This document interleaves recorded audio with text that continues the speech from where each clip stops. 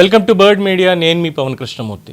5 రోజుల క్రితం కర్ణాటకలో జరిగినటువంటి ఒక సంఘటన ప్రస్తుతం దేశవ్యాప్తంగా సంచలనమవుతోంది. గతంలో కూడా మనం చూసాం. ధర్మస్థలలో మంజునాథేశ్వర స్వామి ఆలయం చుట్టుపక్కల ఆ ధర్మస్థల ట్రస్ట్ దగ్గర శవాల్ని కుప్పల కింద పూడ్చిపెట్టారు అని చెప్పి ఒక పారిశుద్ధ్య కార్మికుడు బయటకు వచ్చి విజిల్ బ్లో చేశాడు. బట్ దాంట్లో ఉన్నటువంటి కాన్స్పిరసీ ఇదంతా కూడా దాదాపు 3 నెలల పాటు సాగి చివరాఖరికి ఒక కుట్రపూరితంగా జరిగినటువంటి సంఘటన అని తేలింది. అప్పటి నుంచే సమాజంలో కూడా కాస్త మార్పు అనేది మొదలైంది. ఎవరు ఏం చేస్తున్నారు, ఏం జరుగుతోంది, ఖచ్చితంగా ఇది హిందుత్వం మీద జరుగుతున్నటువంటి దాడిగానే అభివర్ణిస్తూ వచ్చారు. ఇప్పుడు కూడా కర్ణాటకలో ఇంకొక సంఘటన రాజకీయ రంగు పులుముకుంటోందా అంటే ఎస్ అని చెప్పక తప్పదు. ఉన్నటువంటి కాంగ్రెస్ ప్రభుత్వం ఆలయాల మీద దాడులు జరుగుతుంటే ఏం చేస్తోంది అన్న ప్రశ్న బలంగా ప్రజల నుంచి సైతం వస్తోంది. కర్ణాటకలో గదగ్ జిల్లాలో ఆలయాల మీద దాడి జరిగింది. ఇదే ఇప్పుడు రాజకీయ రచ్చగా మారింది. మల్లికార్జునపుర గ్రామంలో కొందరు దుండగులు పవిత్ర శివలింగాన్ని గత శనివారం రోజు అపవిత్రం చేశారు. అంతేకాకుండా దండేరి మరారియా ఆలయంలో ఒక దేవతా విగ్రహాన్ని కూడా వాళ్ళు ధ్వంసం చేశారు. ఇలా ఒకదాని తర్వాత ఒకటి జరుగుతూ ఉండడంతో అక్కడ స్థానిక గ్రామస్తులు చాలా తీవ్ర ఆగ్రహంతో, పరిస్థితి ఉద్రిక్తంగా మారడంతో ప్రజలు దానికి తగ్గట్టుగా యాక్షన్ తీసుకోవాలని కోరుతున్నారు. మరి పోలీసులు ఏమంటున్నారు? విషయం ఏంటంటే ఇప్పటి వరకు ఏ ఒక్క సంఘటనలో కూడా ఒక్క అరెస్ట్ జరగలేదు. పోలీసులు ఇంకా సీసీటీవీ ఫుటేజ్ కోసం వెతుకులాడుతున్నారు.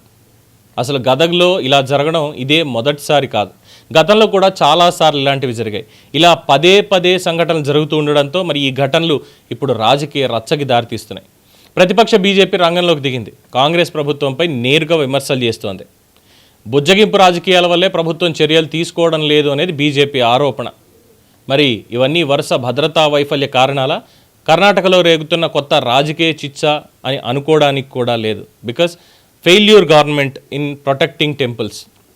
చాలా వరకు ధర్మస్థలం నుంచి చూస్తాం. ధర్మస్థలం మీద కూడా ఇవన్నీ కట్టుకథలు అనేటువంటి విధంగా ముందు మాట్లాడడం, సరైనటువంటి ఇన్వెస్టిగేషన్ ముందు చేయకపోవడం, ఇన్వెస్టిగేషన్ ఆఫీసర్స్ని మార్చడం, ఇవన్నీ కూడా జరిగాయి. దాని తర్వాత లేనిపోని అవాకులు చెవాకులు అన్నీ కూడా సోషల్ మీడియాలో ప్రమోట్ చేయడంలో ప్రభుత్వం తరఫు నుంచి కూడా కొన్ని లూప్ హోల్స్ ఉన్నాయి అనేది అందరికీ తెలిసినటువంటిదే. ఆ తర్వాత గదగ్లో జరిగినటువంటి ఈ సంఘటన, శివలింగాన్ని అపవిత్రం చేయడం, నంది విగ్రహాన్ని విరక్కొట్టడం, ఉదయం పూజారి వచ్చి చూసుకునే వరకు తెలియలేదు. ఆ తర్వాత అమ్మవారి ఆలయం మీద దాడి. ఇవన్నీ ఏమనుకోవాలి? ఇవి కేవలం ఆలయాల మీద దాడి అని మాత్రమే అనుకోవాలా? కాదు, ఇది ఖచ్చితంగా హైందవ ధర్మం మీద జరుగుతున్నటువంటి దాడి.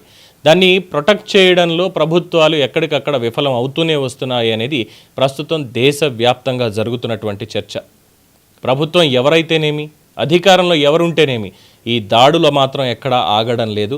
దీన్ని కట్టడి చేసి తీరాల్సిందే, ఇకపై ఉపేక్షించేది లేదు అని భక్తులే, ప్రజలే ముందుకొస్తున్నటువంటి పరిస్థితి. ప్రజలు కనుక చట్టాన్ని చేతుల్లోకి తీసుకుంటే వ్యవస్థలు మనగలవా? ఈ ప్రశ్న వారికే, సమాధానం వారే చెప్పాలి. ప్రజల్ని ఇకపై ఆపుతాము, ప్రజల ప్రొటెస్ట్ అన్నీ కూడా తొక్కేస్తాము, ఏ ఆలయం మీద దాడి జరిగినా పెద్ద పట్టించుకోము అనుకునే ఉండేటువంటి ప్రభుత్వాలు కానీ వ్యవస్థలు కానీ ముందు మరింత హీట్ ఫేస్ చేయాల్సి వస్తుంది అనేది ప్రజల నుంచి వస్తున్నటువంటి హెచ్చరిక. చూద్దాం కర్ణాటక ప్రభుత్వం ఏ విధంగా స్పందిస్తుంది, ఎవరిని శిక్షిస్తుంది అనేది. ఇది దీనికి సంబంధించినటువంటి అప్డేట్. మీ అభిప్రాయం తెలియచేయండి. చూస్తూనే ఉండండి ది బర్డ్ మీడియా.